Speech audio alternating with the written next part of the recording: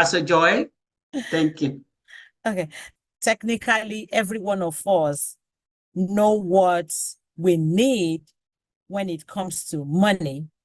What we do not know or what we do not have is that management aspect, which entails discipline at 100% level. So I'm going to be talking about investment via real estate. Does not mean that that is the only type of investment that is available, but for the purpose of this discussion, I will streamline it. Even if you're a first-time home buyer, you are expected to have a certain amount of money in your hand or in your bank account. Those money can come in terms of savings. It can come in terms of gifts. The loan officers will allow reasonable gifts. As far as it is not that somebody is giving you money that you will pay back for the purpose of purchasing a house. And why do they disallow or disagree with that? You don't want to be, in quotes, dead on arrival. If you borrow money to pay your down payment, remember that first month you are not paying any mortgage, but the next month you are obligated to pay your mortgage. So you are buoyed with this mortgage that you just got, and then you are buoyed with the loan that was given to you for this purpose. And majority of the times, I'm just going to mention this passively because I'm sure that Mr. Patrick would take that. Majority of the times when you do buy your property, you see all these mails coming in. Some of them will ask you to come and buy a new car. They will ask you to come and buy a new furniture that you can finance for 12 months, no interest. But what they will not tell you is that if you get into those finances and they say no interest for 12 months, there is likelihood that you will forget to pay them, and then all the interest will come. And then again, the insurance people will send you a letter to come and do term insurance. The reason why they will tell you to do term insurance is that term is 30 years and the life of your mortgage, if on a normal note, is 30 years, so that when anything happens, you don't lose that mortgage. But again, he will go into the details of what and what not to do. Now, we will talk about first-time home buyers. Yes, majority of the loan companies will have a program, they call it CLV or something, for first-time home buyers. Basically, what it does is that it doesn't let you pay down payment. May not take away your closing costs in totality. Some of them may, depending on what is going on in the economy. Right now that we're in here right now, after COVID tight, you may not get 100% zero, when you come to close. They call it bringing it to the table. But even if you have zero down payment, zero closing costs and everything like that, there is limits to the type of loan that they give to you.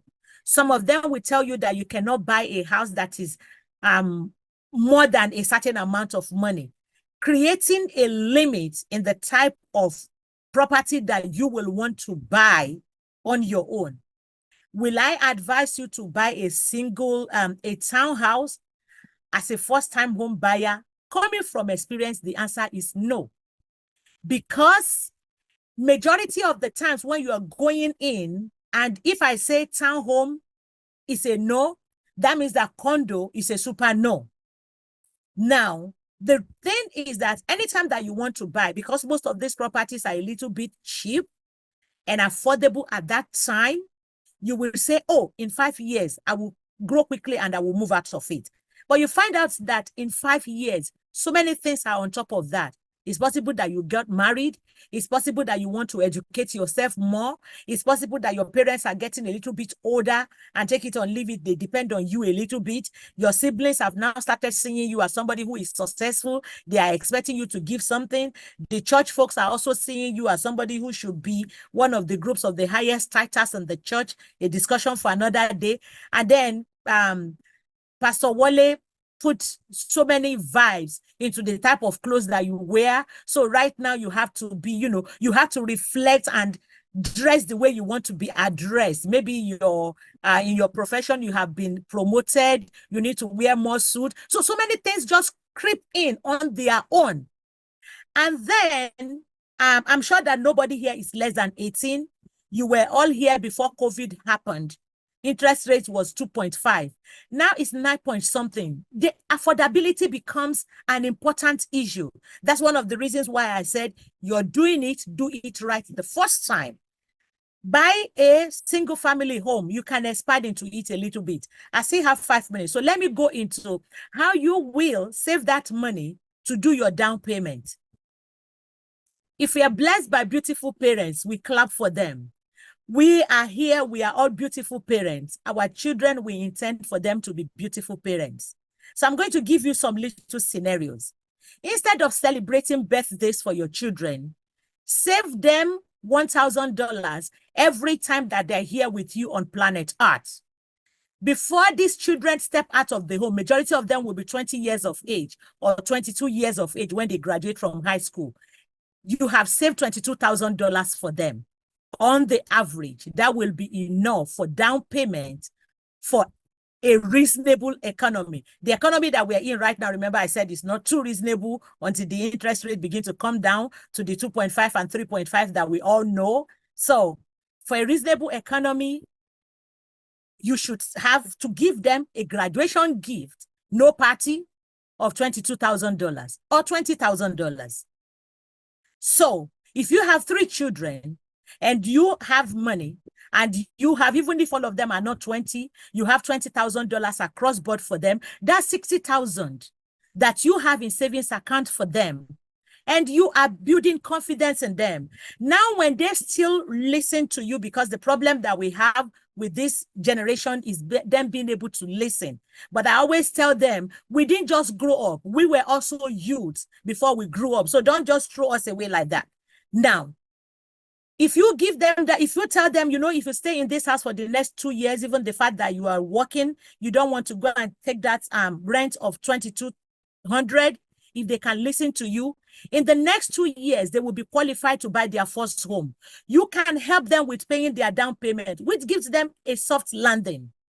Now, if you are not able to do that because things are going up, encourage them. Instead of partying, instead of wearing 56,000 that nobody is seeing you. In fact, instead of wearing, now the names just escape, Lexus, all these big Porsche cars, why don't you do a Toyota and save the money?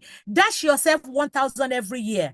Dash yourself 5,000. You can save your down payment and then you can move forward. You want to do an investment, your sidekick can do investment.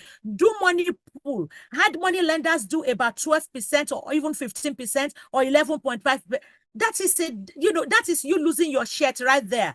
Look for people who are like yourself, and again, the people that we move with matter a lot. If all you do is talk about party, then that's not the right folks for you to associate with. Look for people that have listened to their parents, that their parents are blessed with master's degrees, PhD, BSc. Even if they didn't go to school, they have common sense that they can cancel and they listen. Listen to them. Do money pool. You bring 5,000. Me bring 5,000. Let us do investment together. Let us do cash buying. We fix it. We flip it. Even if the profit is 500, it is still better than you leaving this money in the bank. And then you can have enough and go to Mr. Patrick and say, I want to invest for life. What do I do? Or how do I go? So when people talk to you about 2,000, don't say, oh, it is too much. And then you run away.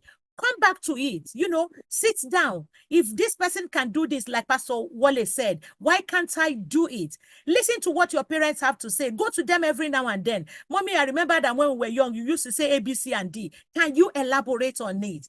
And then I have just 1 minute. For the parents, when these children are about 15 or 16, add them to your credit card. Go to the bank, ask them to reduce the value and monitor how they spend this money so that when they see credit card for the first time, they don't do kumbaya. I give the remaining 1 minute to the host.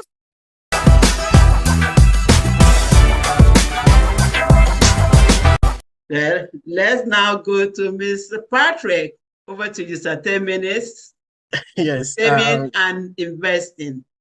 Yes, just like Pastor Joy, I've timed myself so I don't speak for too long. And both speakers have done a great deal of kind of covering the topic, right? But I just want to try to kind of break savings and investment. If you permit me, I'll share my screen for a minute from here. So we're talking about empowering your finances, decoding your savings and investment. So the first things, what is savings? So savings is the art of you setting aside some funds, right, for future use. This can be done through a savings account, a certificate of deposit, or even the cash you keep in your piggy bank, or sometimes the one you keep under your pillow or under your bed. You can call that your form of savings, right? Now, I want us to understand that this savings, right, is you don't save to financial prosperity. You don't save. You save for emergency funds. You save the kind of money you keep aside and the kind of money you probably want to use 1 month or 2 months. I believe that most of us on this call, we are already working and earning income in America. You should be able to break your income down, have the one that you keep aside. Because when you have these ones that your savings, it gives you the benefit of liquidity. So let's say 20% of your salary, you keep that every month. Sometimes we, just like Pastor Joy said, sometimes you underplay the value of keeping aside $100 every month. You underplay the value.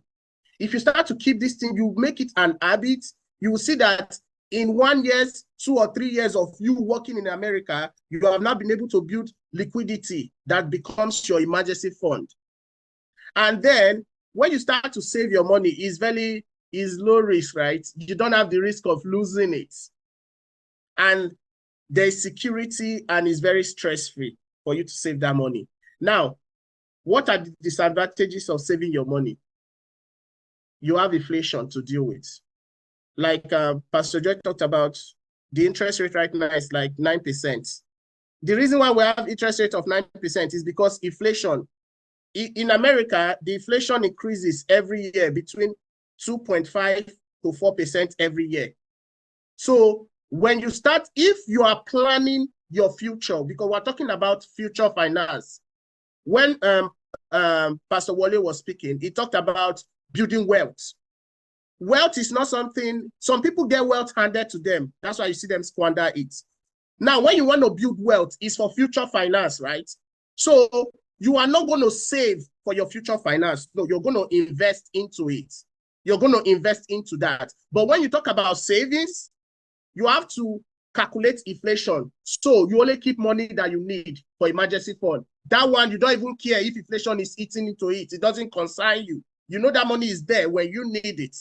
It does not have growth. And of course, when you are putting money into that your savings buckets, there is what is called an opportunity cost in economics. An opportunity cost in economics is what you are supposed to use that money for, that you are now forfeiting in order to save that money. So those are the disadvantages of you saving. Now, I have 5 more minutes. Now, let's talk about investment, right? Investing involves what? Investing involves using your money to purchase assets, such as stock, bonds, real estate, or mutual funds, with the expectation of generating a return. Unlike savings, investment is aimed at growing your wealth over a long time. And that was what Pastor Wale touched on. It is aimed at you growing your wealth over a long period of time. Now, what are the advantages of this? You have what? Higher returns. Most of the time, your savings beats inflation if you are doing it the right way. And then your savings, your investment can be diversified. This diversification is really, really important because while I was growing up, of course, I grew up in Africa. The only thing we knew in Africa while growing up was shares. And we put all our money in stock. Majority of us, we lost our money. Now, you must be able to diversify and play in various sectors. You have the money markets. You have stocks. you have bonds, and then, of course, you have the real estate, which happens to be the gold, right? So if you start to invest, diversify your money so that whenever there is a crash in one part, it does not affect all your investments. And then you should have your investment should be income generating. So let's say you are investing in shares. You want to go into stock, right? You go into companies that pay dividends on a yearly basis. Because if you invest in a company that pay dividend on a yearly basis, you will see that every year, those companies that send you dividends, it might not be something big, but it accounts for something. Like myself, because I started an investment and I started an investment organization while in university in Africa. That investment organization till today, we still get dividend from companies like First Bank, companies like GT Bank. They pay us dividends every year. Now, over the I started that company in 2003. So between 2003 and today is like 21 years ago, right? Now, do you know that over the course of the years, all the dividend that this company has been paying to us has amounted to hundreds of thousands of naira? It might not be enough in the America context, but just imagine if I was born in America. That's why I say people that were born and raised in America, they are blessed. Just imagine if I was born and raised in a stable economy like America, and I've been getting dividend from companies like Google, from companies like Walmart. So you would see that the dividends that you get every year from this company is income generating, and it's amazing. And then what are the disadvantages of investing? Volatility. Investment is volatile, especially when you are in the stock market. So you don't put all your money in there. You look at your age there. So I have 2 more minutes. Okay. You look at your age, right? I always say when you are between the ages of 25 and 35, you can still play in the stock market, because that time your appetite for risk should be higher. Because this is what you do between that age is what sets precedence from 40 to 60. And then from your 60 and above, you are supposed to be relaxing. So between 25 to 35, you can play in the volatile market, because why? You have that risk appetite. And then whatever you do in that 10 years, it sets the precedence on what you are going to do for 40 to 60. If your first 10 years, you were able to play in this volatile market and you were able to without failing, there will be no experience. Without failure, there will be no experience. So when you invest in this volatile market and you get that experience, the experience will set the precedence for what you are going to do when you are 40 to 60. And these are just basic things that can help you. And of course, the investment is risky. It's risky. And there's time. You have to think of the factor of time. Look at me, I'm throwing 10 years. Some people on this call, if you tell them now that they should start putting their money in an investment vehicle for the next 10 to 15 years, they don't want to even listen to you. But they don't know that 10 to 15 years is going to come like this. They will sleep and wake up and it's 10, 15 years already. So we have to think of the time commitment that it takes. So there is more I'm going to share, but for now, I'll hand this over to the host. Thank you.